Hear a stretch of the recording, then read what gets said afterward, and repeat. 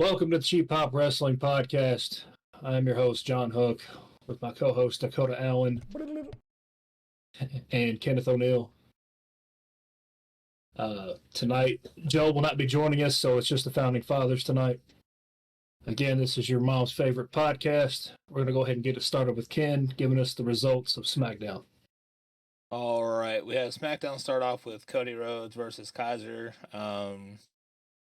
Decent match, opening soonly interrupted by Paul Heyman and Solo Sikoa, which then led to a promo between the three afterwards, which resulted in Cody telling Solo he wasn't ready still, which now set up a match for Monday on Raw. We had Charlotte Flair come out shortly after that, give a little promo, finished it with Diamonds Are Forever, and so is Charlotte Flair, hinting at maybe possibly a little heel turn action there. We had what we thought was probably the highlight of the night, LA Knight versus Rey Mysterio, with Dominic coming out, kind of disrespecting his mom, which then led to Rey running over and knocking the hell out of him, and then agreeing to the match at WrestleMania. We then had Natalya and Shotzi take on Xia Li and Lacey Evans. Kind of a waste of time just to have a Hogan-style booking with Ronda and Baszler coming out announcing that they're just automatically in the Fatal 4-Way tag match at Mania. We had the contract signing between Drew McIntyre, Sheamus, and Gunther, which led to some back and forth between Adam Pearce and Gunther. They all signed. Butch jumped across the table, started attacking Gunther.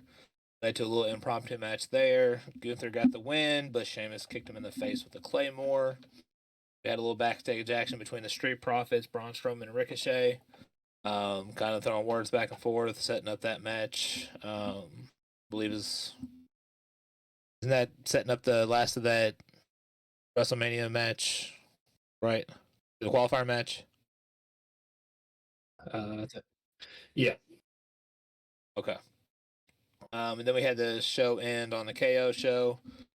Kevin Owens came out. Sami Zayn came out. And had a little back and forth. Kevin Owens busted out the KO Mania and the WrestleZania shirts. But before the end of the show, the Usos came out. Surprise attacked him. Delivering a couple super kicks, throwing him out of the ring. Kevin got a chair, chased him out. Had a little stare off, and there goes SmackDown. So, not a super strong episode. I'm going to open the dance floor here for whoever wants to tango with opinions and thoughts. So, it's about damn time Ray finally stood up to Dom and only had to take his wife to get involved, or to be involved in it. I think we've been waiting on this for, 6 or 7 months now? I've lost track. But we finally get a payoff, and it's going to be at the biggest stage. I can't wait. Yeah, they've somehow got me invested in it with dragging it on this long. It's a minor miracle, but we're in for it now. So we'll fucking take it, boys. Ride that one out.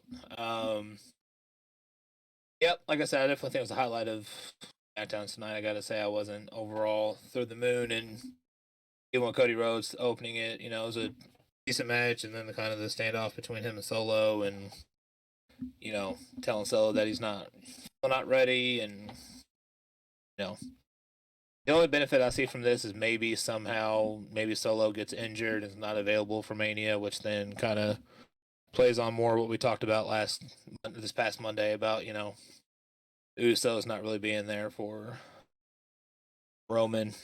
So yeah, they did hit at injuries a lot through that promo, and even the commentators were mentioning it too. They kept saying injury this, injury that. He's risking an injury being out here. So Solo getting injured is a definite possibility for Raw now. I think that's going to be in the script. Or I think I can definitely see it. Go ahead, buddy. Oh, my bad. I was just going to say I could definitely see that happening. I'm pretty excited for the match itself on Monday. Anything will be an improvement over what we had tonight. Even that beginning little match and promo just didn't really fit what they were trying to do with the rest of the build-up for Cody versus Roman. It just felt out of place. I think so too, but also kind of thought about it, while we were waiting for everybody's stuff to reboot. But I was thinking, maybe it's Cody gets injured in the match, which then stacks the odds even more against him in the Mania match, kind of alluding back to that Hell in a Cell match with Seth Rollins, because he did bring that up. But I don't know, I wouldn't be surprised if an injury goes one way or the other on that. I don't know, man, I'm back to 50-50 on who wins that. I mean, of course, I like to see Cody Rhodes win, but I'm kind of on the fence of who's actually going to win that one. Yeah. Overall, I think the show just felt like kind of like how we talked about last weekend. The whole show felt rushed. It felt like everybody was just trying to get out the door the whole damn time. But, I mean, you had 3 matches tonight. That was it. that like a shit ton of mid carders. Yeah. No offense to all those guys because they're good workers, but I don't want to see Pete Dunne, Butch, whatever the fuck they feel like calling them now, in a match with one of the best title holders in the business at the moment. Like I don't care. Like that's the first time I've seen a Gunther match and not paid full attention to it. But do you get anything to add on to that? Not really, honestly. John's right. It felt rushed. I feel like they're just kind of trying to speed us to WrestleMania at this point, and just kind of saying screw most of the build-up. See, honestly, that's what makes WrestleMania what WrestleMania is. I mean, you go back and we were talking about it on our top WrestleMania matches. The back and forth between Stone Cold and The Rock, that build-up, second to none. You go back to the Rock versus Cena build-up. Amazing. You know what I mean? Like, if you're going to slow things down to tell stories, this is the time to do it, not rush everything. Yeah. I feel like they're putting a lot more effort into the bloodline stuff, but even that felt rushed tonight. Like they felt like they took too long with the damn T-shirt just to get kicked in the face, and then like, what are we doing here tonight? Like, the best part we got was at the beginning of the show with Cody and Solo.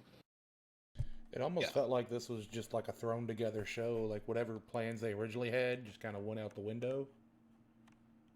I would have been pissed if we'd paid tickets and then drove all the way. Man, to see it. You know what I'm saying? Like, and the episode we went to go see wasn't amazing, but at least it was watchable. This shit, we would have rioted. I don't know about rioted. We're grown adults. We go to big boy jail now. I mean, in a different city, yeah. Well, we would have caused up. We would have made a fuss. We would have wanted to talk to somebody's manager. I'd have shit in the floor. You're talking about being adults. But oh man, I just God bless man. Like Raw was such an amazing episode, and then we followed up with this foodery here, and I just that's how it's going to go until they do a draft. Like one show is going to be amazing, the next one's going to be a fall off because of how hyped the last one was. Once we get a draft, I think it could be balanced out pretty well. I think just post WrestleMania, it'll balance itself out pretty well. I mean, you got Randy out. No one knows where Shinsuke is. AJ's out still. I have been seeing, but Bobby Lashley needs an opponent. Bobby needs an opponent. Just named a few people. So, hold on. There's a lot of speculation on the old intranet today that the Wyatt Six has finally came together because Alexa Bliss is back. Eric Rowan posted something about a door on his Instagram today. There's a few more, like, I'm not going to put, all this information out there and tell exactly what it was because I can't remember off the top of my head, but do better research. I'm not a top level journalist here. We work a 9 to 5, so they say that the Wyatt Six is starting to form now because that one guy's contract was up with AEW we talked about a couple weeks ago. Look, you don't have to roll your eyes, buddy. I promise. We'll get through it. Okay, I promise. We'll get through it together. Had a shitty SmackDown, then you lay this on me. They full of white dog shit. I mean, I will give you the bright spot of tonight, John, if you really want it. Oh, sure. LA Knight finally got the win. Yeah. Yeah,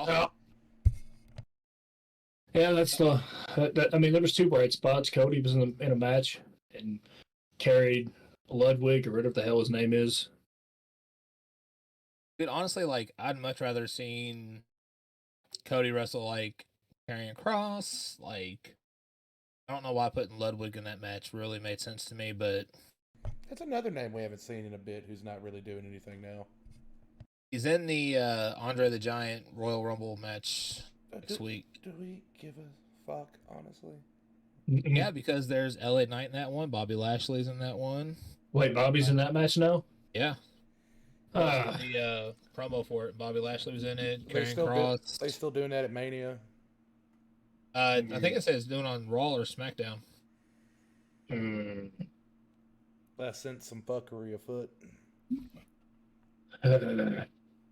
Yeah, I do too. It's either going to be really good or really shit. That's how each episode's been. Sometimes really good, sometimes really shit. All shit. All shit today. All shit. Hold on a second. Let me see exactly who was all on that. Well, while he looks that up, we did also announce that Theory and Cena will be match 1 and night 1. Yes. They're going to tear the house down before it even gets started. They say either they'll be match in night 1, or depending on when the triple threat for the Intercontinental is, that'll be the match of the night. That won't be no 30-minute technical, classic. You want a classic? Not me. Not me. Big meaty men slapping meat. That's exactly what that match will be, and it'll be great.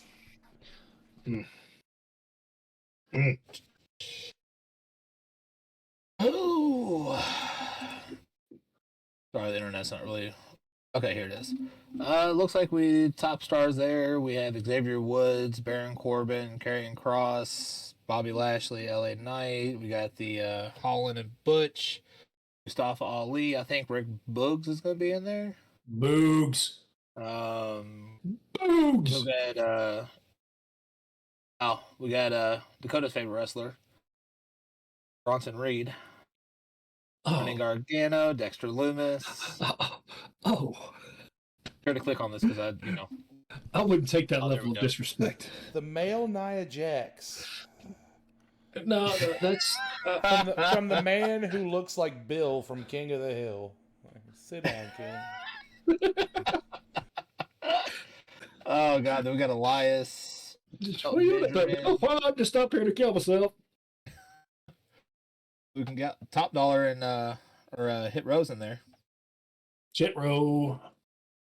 Who else we got in there? Chester, come on. What day is it? What day is it going to be on? Oh. I would do something, but we're going to get, I would not take this level of disrespect. You look like a Walter White who actually got treatment. Oh, that's fucked up, bud. It hurts my heart a little bit, but that's fine. Don't worry about it. I'll bounce back. Look like you got a few jars full of hearts in your basement. Sticks and stones, okay? Sticks and stones. Look like you're in the mirror. Would you fuck me? I'd fuck me. All-time classic scene. We were doing good on the cussing. Then he brought up Bronson Reed. Now I'm on your ass, boy. That's why I brought up Bray Wyatt. See if I can get hooked to crack. I am fighting for my motherfucking life right now. There it is. Oh, man. It's going to be the fun part about the show. Getting y'all riled up on this shit. I love it. All right, well, let's give our match grades for the show before Hook has an aneurysm. Dakota calls me some more bad names. Hook, we'll start with you, buddy. D-.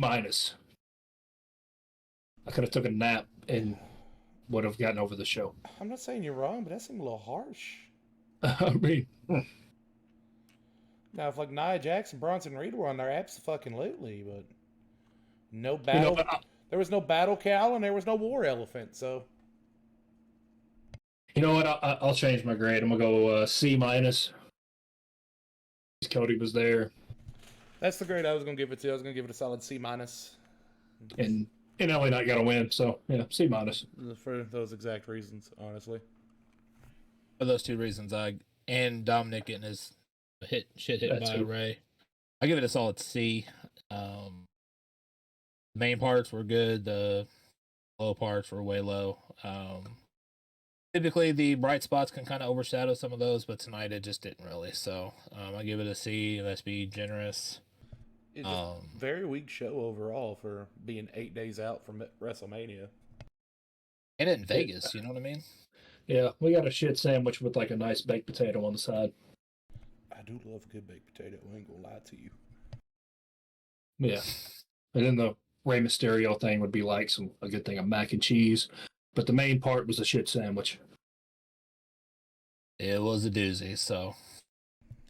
All right, Hook, well, why don't you take us out of here, buddy? Alrighty. If you haven't been following us already, what the hell you doing? Follow us on Twitter at Cheap Pop Wrestling Podcast. On Instagram. Us there. Yeah, your mom also follows us there. She's in her DMs. Please get her. Please. We're all in relationships. We don't need that. Anyways, back to get to the point here. Follow us on Instagram at Cheap Pop Podcast. Your mom in there too, showing us her saggy titties. Come get a hold of her. Yeah, so Dakota is our director on the Instagram stuff. So I'm saying this for my own protection. Also, follow us on TikTok at Pop This Potty for the cheap. Your mom's taking it too literally. Again, please come get her.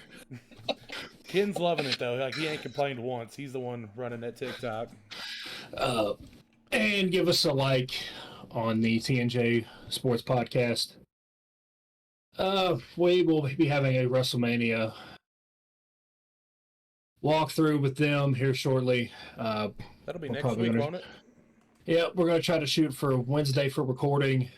No telling how long that might take us.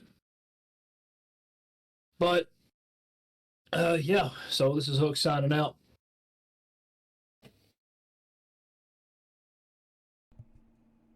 That'll do, Ken. That'll do. With your 12 megapixels in your camera. It's 15. Oh, come on. It's 15. It looks like it. 15 looks like the age of the girls you're with, too. Come on. For legal reasons, that is a joke, everybody. But we should just call him 8-bit till he gets that camera. 8-bit, I like it. But I'm playing, kid. I'm not as mean as Dakota, I promise. Why are you clear now? I can see you. He's on mute. Say something. He is muted. Kid finally gets a face reveal. We're about 10 episodes deep. There's a WrestleMania gift to everybody. Also, if you all would just look in the bottom corner of Ken's screen, Brock Lesnar has made an appearance.